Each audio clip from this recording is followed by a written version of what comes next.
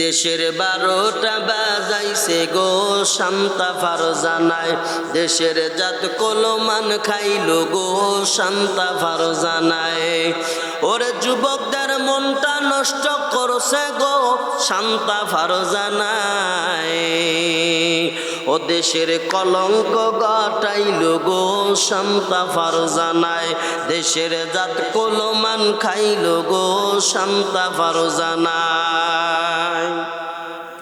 এই শান্তা ফারজানায় এমন হইছে রে ভাই, ফেসবুক খুললেই তার ভিডিও আগে আগে, তারপরে তার ইউটিউব খুললেই তার ভিডিও আগে আগে। ভিডিওতে কি পাওয়া যায়? ওরে বাবারে, এই যে শাহাদত যিনি প্রবাসে আছেন, ওনার একটা বিষয় ভিডিও দেখলাম। উনি আল্লাহরে আল্লাহ মিলেইছে, জাগামতেরটা জাগামতেই দিছে। আমরা তো আলেম মানুষ, মুখ দিয়ে তো ওই রকম আর বলতে পারি না। অনেক যুবকেরা এই শান্তা ফারজানার তার কথাগুলোকে রিপিট করে করে অনেক সুন্দর দৃষ্টান্ত দিয়েছে। একজন কত বড় খারাপ নষ্টা চরিত্রা মেয়ে হলে এই কথাগুলো তার জবান থেকে বাহির হতে পারে।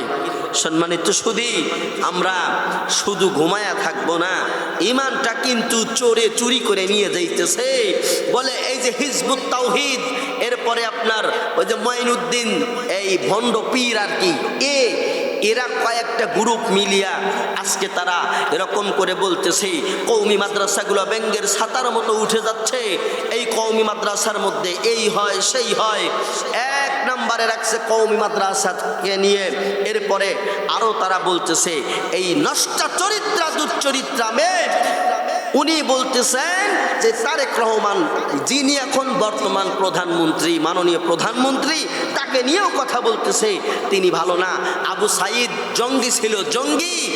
এই নষ্টা চরিত্রা দুষ্টা মহিলা এ কথাগুলো বলতেছে যে আবু সাইদ ছিল জঙ্গি। শুধু তাই না, এই জুলাই গণঅভ্যুত্থান এটা ভুয়া। এরপরে উনি শরিয়া আইন মানতে চাচ্ছে না, উনি শরিয়া আইনের উপরে থুতু নিক্ষেপ করেছে।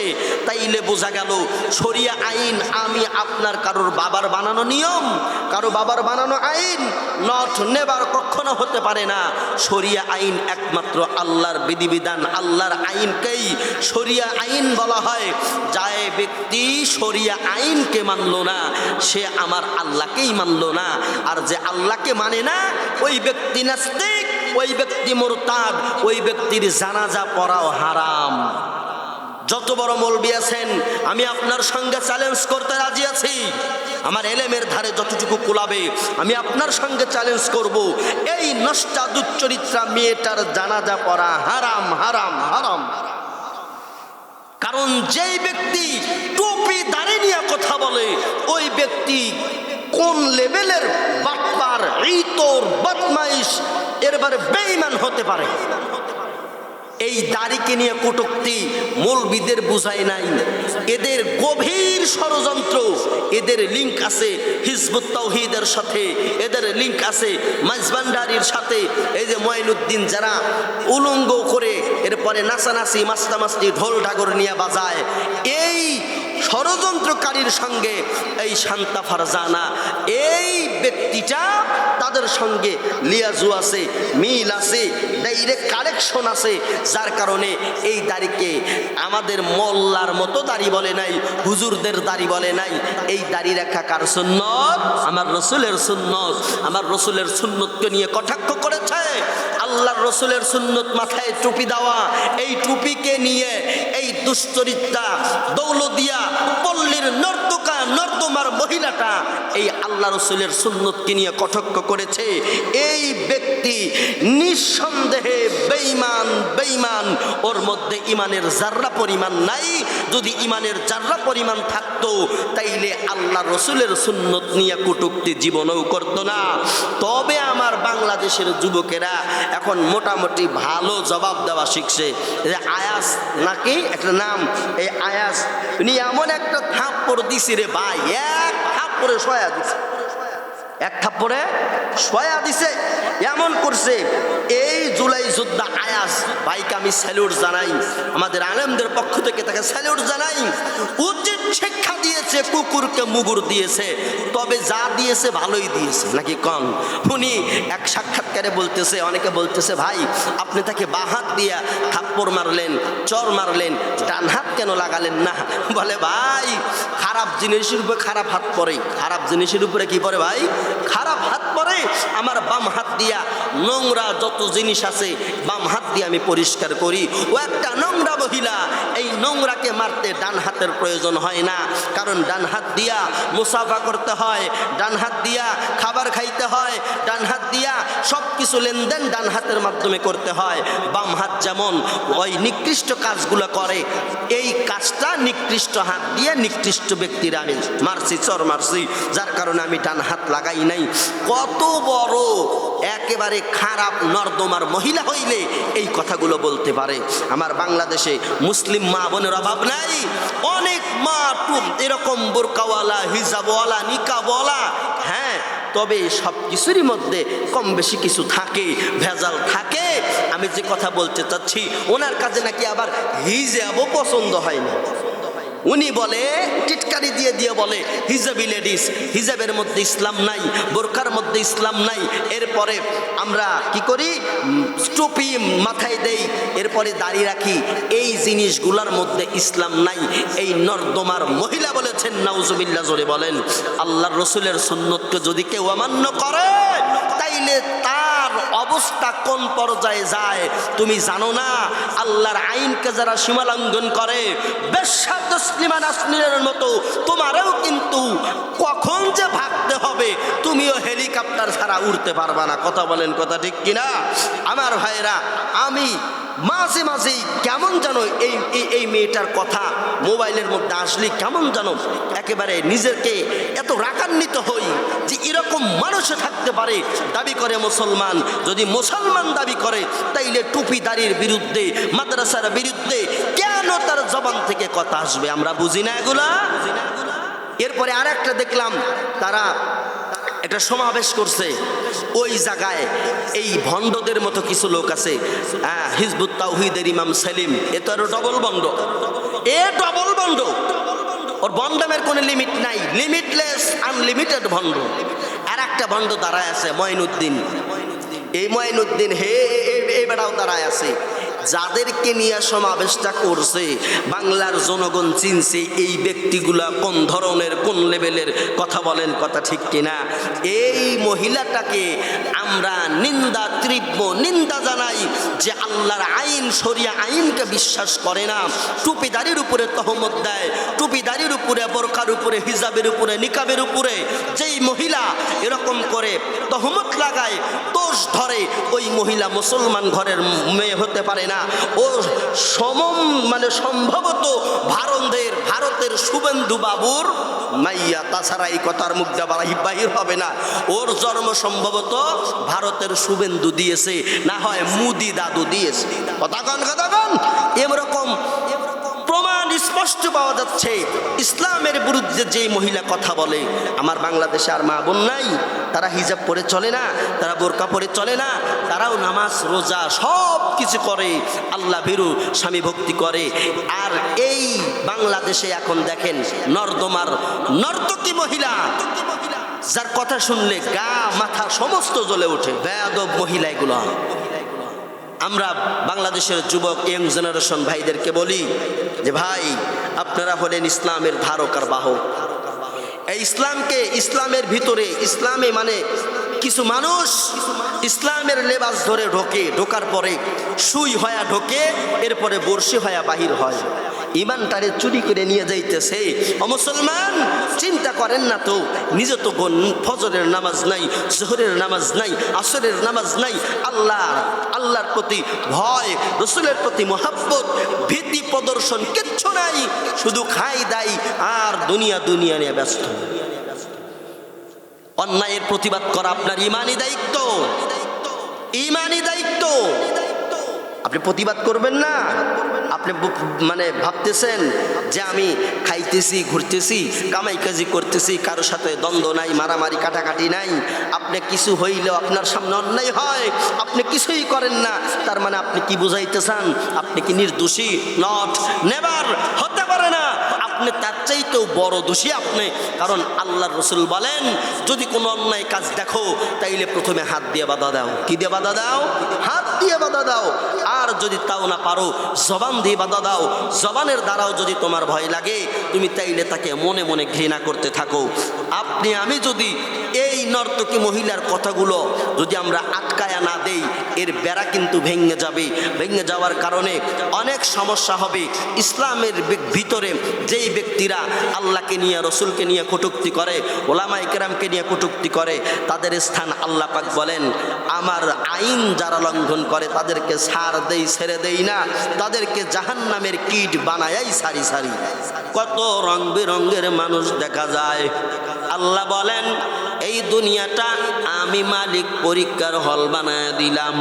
আমার মায়ার নবী বলেন, আদ-দুনিয়া উমাজিরাতুল আখিরাহ, এই দুনিয়াটা শস্যক্ষেত্র, আবাদ করার জায়গা। বান্দাকে কত আবাদ করিয়া ফসল ঘরে তুলো। কোন ফসল? ফসল বলতে বোঝানো হয়েছে এই ফসল জমিনের ফসল, দুনিয়ার ফসল না। এই ফসল হলো কবর বাড়ির ফসল। আজ করনা কুছ মশক্কত ইলম কি ময়দানু মে, और न शर्मिंदा होगा रोज इम्तिहानों में, और न शर्मिंदा होगा रोज इम्तिहानों में। কবি বলেন, পারস্যের কবি বলেন, পরীক্ষার আগে যদি লেখাপড়া করো তাইলে পরীক্ষার হলে গিয়া পাস করবা, সম্মানিত হয়ে যাইবা। আর বান্দা যদি পরীক্ষার হলে যাইয়া ফেল মারো তাইলে ফেলের মালা গলায় লিয়া, লজ্জার মালা গলায় লিয়া ঘুরতে হবে। আরে দুনিয়ার মানুষ, আমাদের ছেলে মেয়েরা কত পরীক্ষার হলে গিয়া পরীক্ষা দিয়া দিয়া যারা পাস করে তাদের মনে কত আনন্দ, আর যারা ফেল করে অনেক ঘটনা শোনা যায় নিজের জীবন নিজেই দিয়ে দেয়, আত্মহত্যা করে। আরে আমার ভাই, দিলের কান লাগায়া শুনো, একটাবার দিলের কান লাগায়া শুনিয়া নাও। আর এই মানুষগুলা যারা এরকম করিয়া আত্মহত্যা করে দুনিয়ার থেকে বিদায় নিয়ে চলে যায়, এরে আল্লাহর বান্দা কিন্তু সামান্য দুনিয়ার পরীক্ষার অপমান তারা সহ্য করতে পারে না। ওই মাটির কবরের পরীক্ষা কেমনে সইবি রে? ওই মাটির কবর প্রথম মঞ্জিল, এই মঞ্জিলে যদি তুমি পার হয়ে যাও তাইলে বান্দা অন্য অন্য মঞ্জিলগুলো তোমার জন্য সহজ হয়ে যাবে। আর যদি বান্দা কবর বাড়ি আটকায়া যাও, কবর বাড়ি ফেলের যদি ফেল করো, পরীক্ষায় ফেল করো, তাইলে বান্দা তোমার জন্য ভয়াবহতার অবস্থা ব্যবস্থা করা হবে। ওয়া মাইয়ামাল মিসকালা যাররাতিন শাররান ইয়ারা, এক যারা গুনাহ নিয়া বান্দা যদি মাটির কবরে যাও, দুই পাজরের মাটি এমন ভাবে চাপ মারবে, দুই পাজরের হাড় ভেঙে চুরমার হয়ে যাবে। ওরে মুমিন, রে মদিনার আশিক, সহ্য করতে পারবা না। আরে আমার যুবক, ওরে পরদরন তোলালের মা, এই জন্য বলি, এই দুনিয়ায় যদি কেউ ফেল করে, অপমান সহ্য করতে পারে না, ওই কবর বাড়ির অপমান কেমনে সইবা? ওই কবর বাড়ি তোমারে প্রশ্ন করা হবে, পরীক্ষা দেওয়া লাগবে। কেমনে পরীক্ষা দিবে তাকায় দেখো। বান্দাকে যখন ওই মাটির কবরে রাখা হবে, বান্দারি মাটির কবরে রাখার 40 কদম আসার পর যতটুকু সময় লাগে এতটুকু সময়ের মধ্যে ওই রে মুনকর আর নাকির দুইজন ফেরেশতা উপস্থিত হয়ে যাবে, দুটা ডানা ধরিয়া বসাবে। বসানোর পরে জিজ্ঞাসা করা হবে মান রব্বুকা মান দীনুকা মান নাবিয়ুকা। প্রশ্ন শুরু হয়ে গেল, এবার অ্যানসার দেওয়ার পালা। বান্দায় যদি দুনিয়ায় আমার আল্লাহরে মানে, বান্দা বলতে পারবে রব্বি আল্লাহ, রব আমার আল্লাহ। ওই দুনিয়ায় জীবিত থাকাকালীন অন্য কারুর গোলামি করি নাই, অন্য কারুর আইন মানি নাই, একমাত্র আমার আল্লাহর আইন মানলাম। আমার আল্লাহর আইন মানিয়া 5 বেলা মসজিদে গিয়া নামাজ আদায় করেছি। আমার আল্লাহর আইন মানিয়া কোনোদিন সুদের খাতায় নাম লেখাই নাই। আমার আল্লাহর আইন মানিয়া কোনোদিন ঘুষের খাতায় নাম লেখাই নাই। আমার আল্লাহর আইন মানিয়া কোনোদিন জেনার কাতারও নাম লেখাই নাই। জেনার গুনাহ আমার জীবনে হয় নাই। আমার আল্লাহর আইন মানিয়া, আমার আল্লাহর হুকুম মানিয়া আমি রোজার মাসে, রমজান মাসে রোজা আদায় করেছি। আমি আল্লাহর গোলাম, আল্লাহ আমার মালিক। এর আল্লাহর বান্দা শুনিয়া নাও। এই বান্দা বলবে রব্বি আল্লাহ, রব আমার আল্লাহ। ফেরেশতা খুশি হয়ে যাবে। ও মুর্দা ব্যক্তি বলো রব্বি আল্লাহ, তোমার রব আল্লাহ, ঠিক আছে। এবার বলো মান নাবিয়ুকা, তোমার নবীকে, তোমার নেতাকে। এই দুনিয়ার হোমরা সোমরা নেতা মানিয়া লাভ নাই। এমন নেতারে মানিও না যেই নেতা কট খায়, গভীর রাতে হোটেলে কট খায়। এমন নেতা মানা যাবে না। এমন নেতা মানিও না যেই নেতা তোমার ভোট পাইয়া এরকম অসাধু ব্যবসা করে। তোমার নেতা কি করে? এরকম গাঁজা, ইয়াবা, ট্যাবলেটের ব্যবসা, অবৈধ ব্যবসা, গুনার কাজ করে। বান্দা তুমি শুনিয়া নাও, তোমার একটা ভোট দেওয়ার দ্বারা তুমি তারে বিজয়ী করার পরে বান্দা যা যা করবে তোমার আমল নামায় কিন্তু ট্রান্সফার হবে। এরে বান্দা শুনো, এই জন্য বলি এমন এরকম নেতা মানা যাবে না। ওরে কত স্লোগান দেয়, আমার নেতার চরিত্র ফুলের মতো পবিত্র, নামাজ পড়ে না, একক তো গাঞ্জা খায়, 5 ওয়াক্ত। কথা কোন কথা ঠিক কিনা? আরে আমার ভাই, এই নেতা মানা যাবে না। দুনিয়ার নেতা যদি মানো, বিশ্ব নবী মুহাম্মদ, আমার নবী কত সুন্দর নবী, আখিরি জামানার পয়গম্বরকে নেতা বলে মানো। আমার নবীরা যদি এত সুন্দর করে মানতে পারো, কেন সুন্দর করে মানতে পারবা না? আমার নবী তো অসুন্দর নবী না। আমার নবী যদি জিমকে টান দেন, আরবি হরফের জিম আছে, এই জিমকে যদি টান দেন, আমার নবী জামিল, আমার নবী অত্যন্ত সুন্দর। এরে আল্লাহর বান্দা শুনো,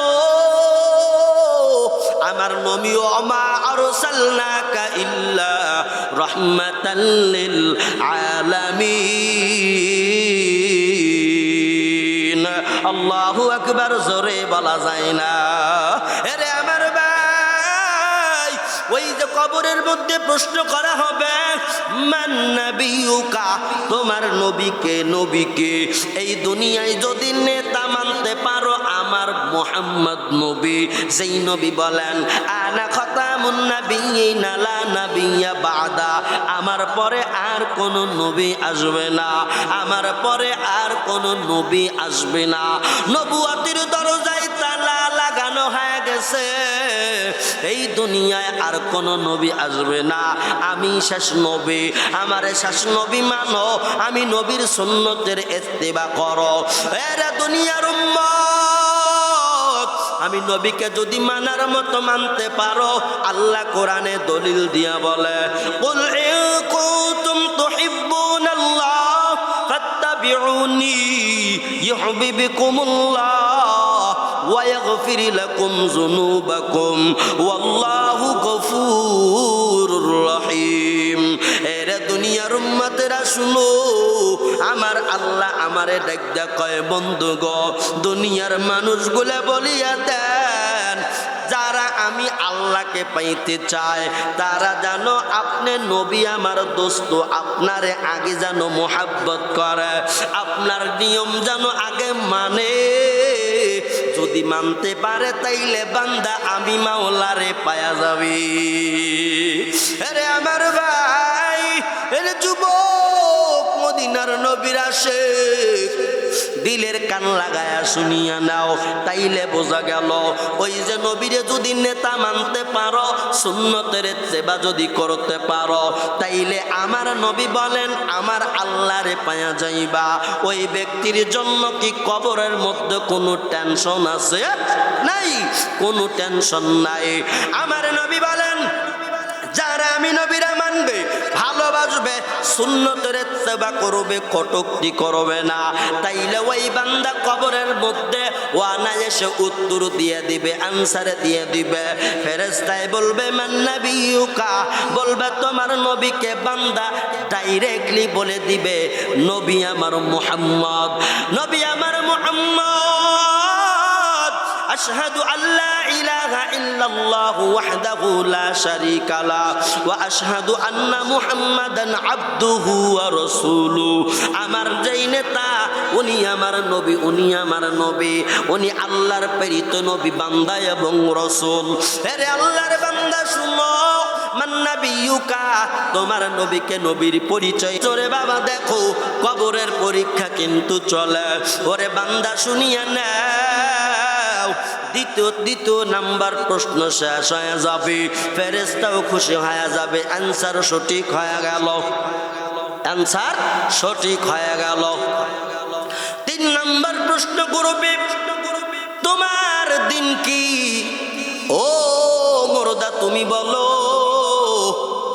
মান নবিয়ুকা মান দীনুকা, বলো তোমার দিন কি, তোমার ধর্ম কি, তুমি কোন ধর্মের লোক, পরিচয় দাও, পরিচয় দাও, পরিচয় দাও, কোন ধর্মের লোক।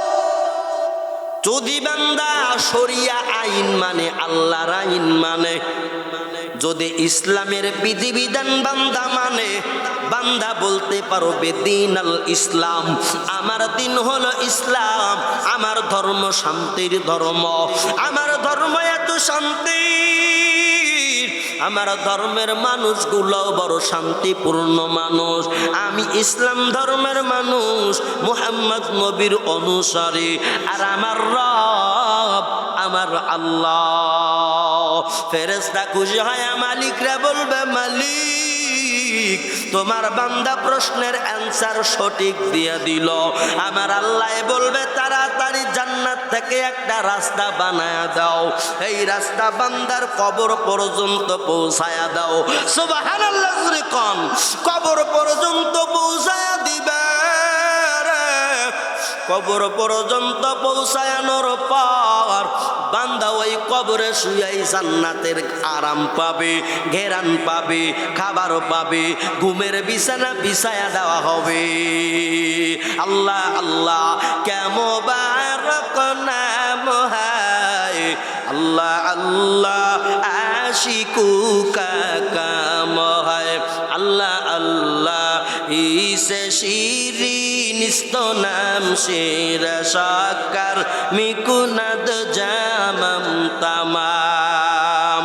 আল্লাহ আল্লাহ তু মেরা মাবুদ হ্যায়, আল্লাহ আল্লাহ তু মেরা মাশুক হ্যায়, আল্লাহ আল্লাহ তু মেরা গফার হ্যায়, আল্লাহ আল্লাহ তু মেরা সত্তার হ্যায়। আল্লাহু আকবার। আরে আমার ভাই, নবী বলেন আদ-দুনিয়া উমাজিরাতুল আখিরাত, দুনিয়া হলো আবাদ করার জায়গা, পরীক্ষার হল। যে যত কামাই করবা কবর বাড়ি নিয়ে যেতে পারবা। এরা আমার আল্লাহর বান্দা শুনো, ওরে পর্দার অন্তরালের মা, ও আমার কলিজার বোনেরা, দিলের কান লাগায় শুনিয়া নাও, কবর বাড়ির ঘাটি বড় ঘাটি। এই ঘাটি বান্দা যেমন পার হয়ে যাবে, অন্য অন্য ঘাটি হাসর মিজান ফুলসিরাত, এরপরে জান্নাত জাহান্নাম যাই বলেন না কেন, আল্লাহ পাক কবরে যদি তারে মাফ কইরা দেয়, বান্দার অন্য অন্য ঘাটিয়া মাফ কইরা বিজলির গতিতে পার কইরা জান্নাতের মেহমান বানায়া দেয়। আর বান্দা যদি এই কবরে যদি তার প্রশ্নের জবাব না দিতে পারে, বান্দা যদি পরীক্ষার হলে ঠেইকা যায়, একজন ফেরেশতা আসবে, বলবে ইকরা কিতাবিকা, এই ধরো তোমার কিতাব নাও, তোমার কিতাব নাও। এই কথা বলার আগে তারে বলা হবে তোমার জীবনের আমল নামা লেখো। কি লেখো বলেন? আমল নামা লেখো। বান্দা লিখবি, তার ভালো আমল নামা লেখার পরে বান্দাকে বলা হবে ও মুর্দা, তাড়াতাড়ি তোমার বদ আমল লেখো। বদ আমল লিখতে চাইবে না, না না না না, আমলগুলা লিখতে চাইবে না। ফেরেশতারা এমন জোরে ধমক দিবে, ধমক দেওয়ার পর ওই ফেরেশতা আবার লেখা শুরু করবে। তারপরে লিখবে আর কাঁদবে। প্রশ্ন করতে পারেন হুজুর, ওই কবরে কি খাতা আছে, কলম আছে? না রে বাবা, খাতা নাই, কলম নাই, তবে বান্দার মুখের লালা হবে কালি, শাহাদাত আঙ্গুল হবে কলম, আর বান্দার শরীরের সাদা কাফন হবে। এরকম খাতা হয়ে যাবে। ওই বান্দা যখন ফেল মারবে, কোনো জবাব দিতে পারবে না। যেই বান্দা আল্লাহর কোনো কাজ করে নাই, ওই বান্দা করছেন কালেও আমার মালিকের পরিচয় দিতে পারবে না, শুধু বলবে লা আদরি লা আদরি। বান্দারে প্রশ্ন করবে মান রব্বুকা, বান্দা বলবে লা আদরি, আমি কিছু জানি না, পারি না। আবার তাকে প্রশ্ন করা হবে মান নাবিয়ুকা, তোমার নবীকে? আমার রাসূলকে দেখানোর পরে দেখানো হবে মান হাজার রাসূল, ওই ব্যক্তিকে তুমি বলো। বলে লা আদরি লা আদরি, আমি চিনি না, না না না না, আমি চিনি না, একে আমি চিনি না, লা আদরি লা আদরি। শুধু কাঁদবে আর বলবে লা আদরি লা আদরি, বলবে লা আদরি, আমি চিনি না, এই ব্যক্তিরা আমি চিনি না। এরপরে প্রশ্ন করা হবে মান দীনুকা, তোমার দিন কি, কোন ধর্মের অনুসারী তুমি? বলো তোমার দিন কি? না না, বান্দা বলতে পারবে না। ওরে আল্লাহর বান্দা, ওই বান্দা শুধু বলবে লা আদরি লা আদরি লা আদরি লা আদরি। ফেরেশতারা গান্নিত হয়ে বলবে মালিক, তোমার এই বান্দা নাফরমান, প্রশ্ন করছি আনসার দিতে পারে নাই। আমার আল্লাহ দেখতে রাগান্বিত হয়ে বলবে বান্দার কবরটা চাপায়া দে। কবরটা চাপায়া দিবে। 3.5 হাত মাটির ঘর। এই কষ্ট বাজান যে মরবে সেই বুঝবে, দুনিয়ার মানুষ বোঝে না। দুনিয়ার মানুষের কাশপ খোলা নাই, জানে না। যাদের কাশপ খোলা তারা কবরের বিষয়ে দেখতে পারে, যারা আল্লাহর প্রকৃত বলি তারা বুঝতে পারে, কবরের হালাত তারা বুঝতে পারে। কিন্তু বলে আমাদের বান্দার কবরের চাপায়া দে, কবর চাপা দেওয়া এক পাজরের হাড় আর এক পাজরের মধ্যে ঢুকে যাবে। বান্দা সহ্য করতে পারবা না। ও আমার বাজানেরা, ওরে মদিনার পাগল, ওরে খানায় কাবার পাগল, দিলের কান লাগায়া শুনো রে বাবা।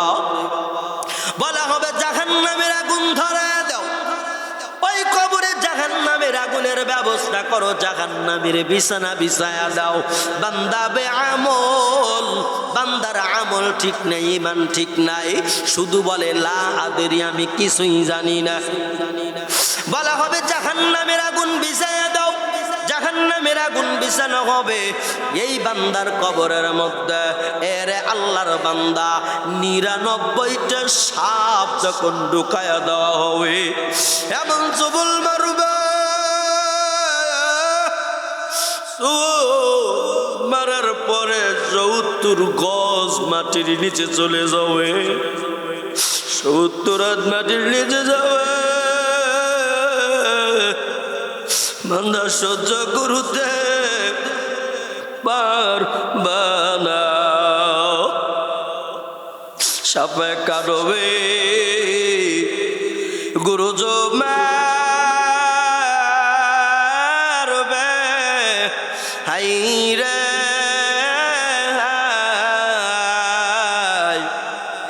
আগুন জ্বালা ইয়া দিবে তোর সরবগায় আগুন জ্বালা ইয়া দিবে তোর সরবগায় আগুনের তাপ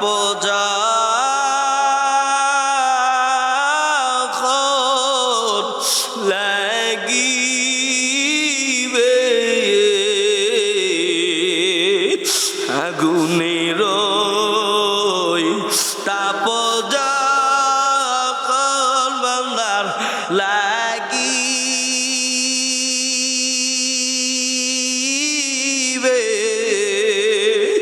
গায়ের গোশত কইসা কইসা পরিবে গায়ের গোশত কইসা কইসা পরিবে অচিনপুরের যাত্রী তুমি অচিনপুরে দিবার রওয়ানা সামানপত্র জগাইছনি কেমনে দিবা রওয়ানা ভাইও নাই রে বন্ধু নাই রে খালি মাটির বিছানা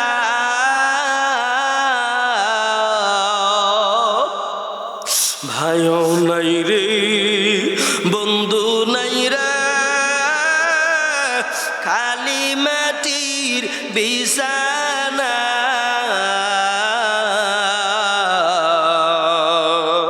ওই কবরে থাকতে হবে শুধু মাটির বিছানা হায়রে খালি মাটি থাকতে হবে শুধু মাটির বিছানা বালিশ নাই হায় ওই ঘরে কম্বল নাই হায় বান্দায় আগোবার চিন্তা করো না বালিশ নাই হায় কম্বল নাই হায় বান্দায় একবার চিন্তা করো না 3.5 হাত জায়গা জমিন শেষ বিদায়ের ঠিকানা রে 3.5 হাত অন্ধকার মাটির জমিন শেষ বিদায়ের ঠিকানা